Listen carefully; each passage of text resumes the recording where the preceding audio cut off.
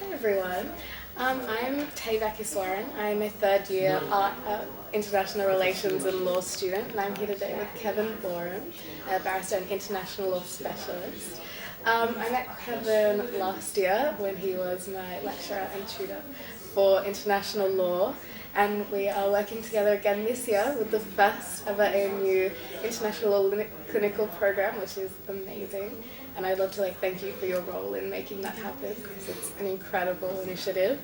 So my first question today, very broad question, what brought you into this academic study of international law? What drew you to that? Well, it started when I had a diplomatic posting on the Australian delegation to the UN from 1987 to 1989. I actually hated the UN when I first arrived there because everything that happens publicly in the UN is disorganised and tedious, and meetings start half an hour late, and I really found it enormously annoying.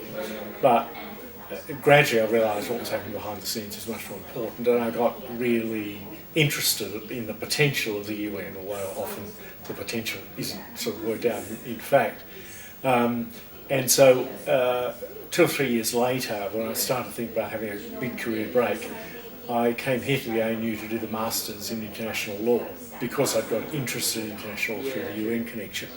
And then I decided to have a complete mid-career break and get a proper legal qualification. I've worked in private practice for a couple of years, then I drifted back here, and I gradually became sort of absorbed in teaching international law.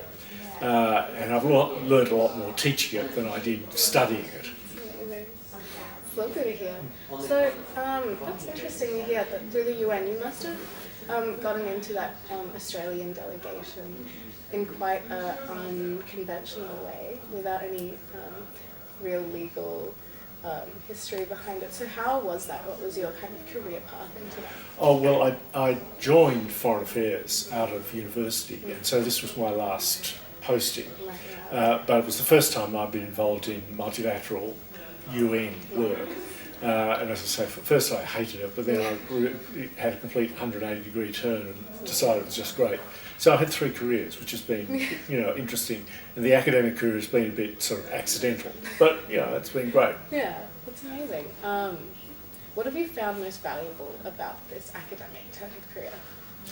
Well, it's constant contact with young people, I think, is the great benefit of being an academic, because you're constantly having to react to young people and their aspirations and their hopes for the future, and particularly teaching international law to young people is very encouraging, because they are still open to the idea of an international rule of law. Whereas older people tend to be much more cynical and not see the potential of international law. Yeah. But it's really the constant contact with young minds. It's a great thing about being an academic. It's lovely. It's great to hear. So you have taught international human rights law, humanitarian law here.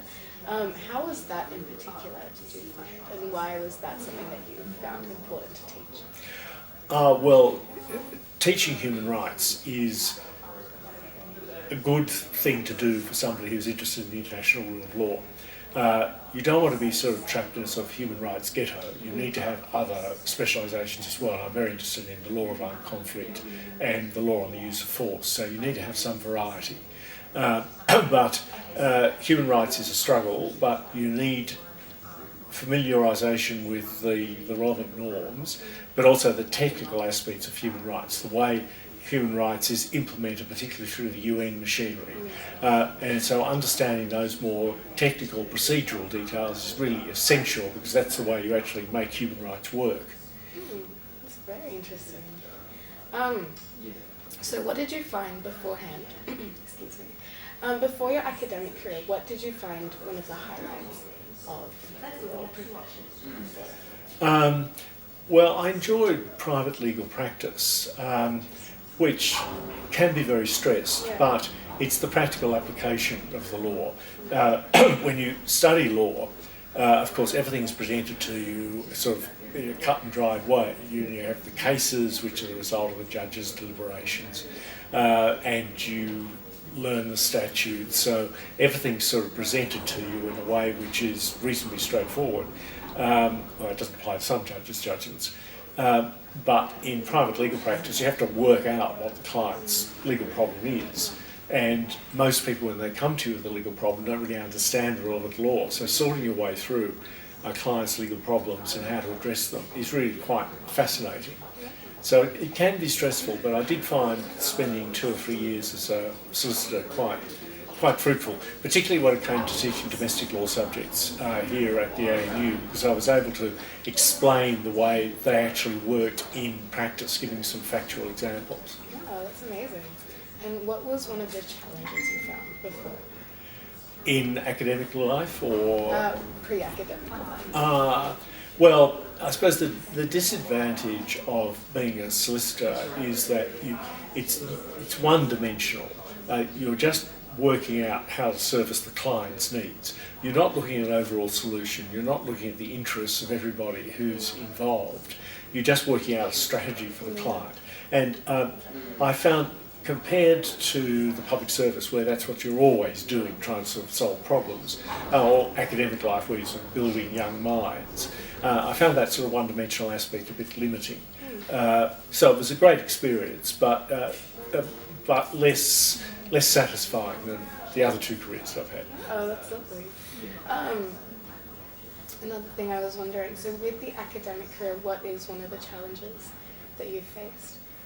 Well, one of the challenges that you face is working out a way to teach students, because the standard lecture format is dying and it's being killed by students who just don't come. And so we're between that sort of old style of lecture delivery and new ways of reaching students electronically, which I haven't really got into, but is clearly the way material is going to have to be delivered in future. So it's going to have to be a mix of delivery through technology in podcasts or something similar, together with some face-to-face contact with students, and that's the model people are groping towards. But there's no sort of standard model. There's no template for how you deliver a course like that. So the challenge is finding a way of teaching which will actually reach students. Wow, that's incredible. Have you found anything in particular that works for you? Well, seminars and tutorials do generally work. Okay. One problem is, of course, they're still too big. You can't really have a sort of saturated exchange with a room full of 24 people. But that's a function of resources. You simply have to try to make that work. Yes. But I found, particularly with teaching international law of human rights, which was partly lecture delivery, partly seminars, where students would deliver a paper and then the class would discuss it. Sometimes that really struck sparks, and where you've got a class really engaged in talking about an issue, that really can be quite thrilling. That's amazing. So you've done work on the position of non-state actors in international law. What do you see as the future of international law? Because there's been a lot of debate about that lately. How it's looking like. Oh yes, well that's a fascinating area. Whereas traditionally in international law, the actors are states, and in the last 70 years, of course, international organisations like the UN have become increasingly important. But we now have a world where individuals can be actors. Terrorists, the most obvious example, where transnational corporations are more powerful than many states. And so fitting those non-state actors, particularly into a human rights framework, is very challenging. And in fact, there's a good deal of resistance to the idea because it's seen as legitimating the role of actors like terrorists who are mainly destructive. But you can't get away from the fact that the things that they do have a great effect on individuals and states. And so we have to find some way of assimilating those non-state actors into the international human rights machinery. And like everything else that happens with the UN, it's happening gradually and messily and often in a chaotic way with a lot of resistance from states. But that's one of the big issues that needs to be worked out. Yeah, that's amazing.